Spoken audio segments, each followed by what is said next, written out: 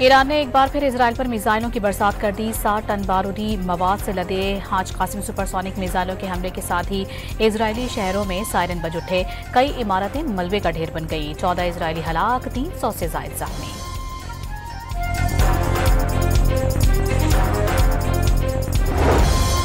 Israeli फौज का मगरबी ईरान में मिसाइल के जखीरे और मिसाइल साइट पर हमलों की सीरीज मुकम्मल होने का ऐलान। तेहरान में फौजी अहदाफ, वजारत दिफा के हेडक्वार्टर और शाहरान ऑयल डिपो को निशाना बनाने का दावा।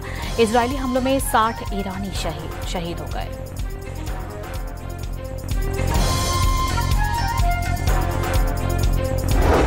अमरीका ने ईरान और इजराइल के दरमियान सालिसी की पेशकश कर दी। डोनाल्ड ट्रंप का दोनों ममालिक के दरमियान बासानी डील कराने का दावा।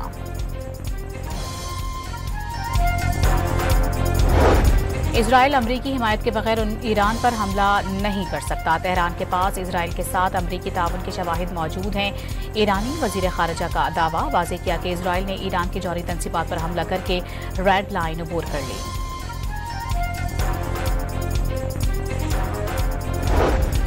इजराइल के गजा पर भी मुसलसल हमले। इतवार को सुबह से सपहर 3 हमलों में 23 फलस्तीनी शहीद कर दिए गए। ईरान में फंसे 450 पाकिस्तानी ज़ायरीन का इनखला मुकम्मल। तलबा की वापसी की भी कोशिशें। पहले मरहले में 154 तलबा को वापस लाया जाएगा। वज़ीर ख़ारजा सागदार की तस्दीक। ईरान इजराइल जंग की वजह से मुख्तलिफ ममालिक की फ़ज़ाई हदूद बंद। मुख्तलिफ ममालिक की एयरलाइंस ने पाकिस्तानी फ़ज़ाई हदूद का इस्तेमाल शुरू कर दिया।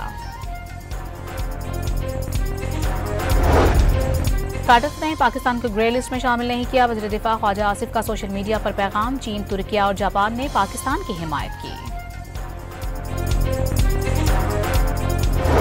गिलगित बल्तिस्तान के जिला नगर में कार नाले में जा गिरी। 3 अफराद जाँ बहक, एक शख्स जख्मी हो गया।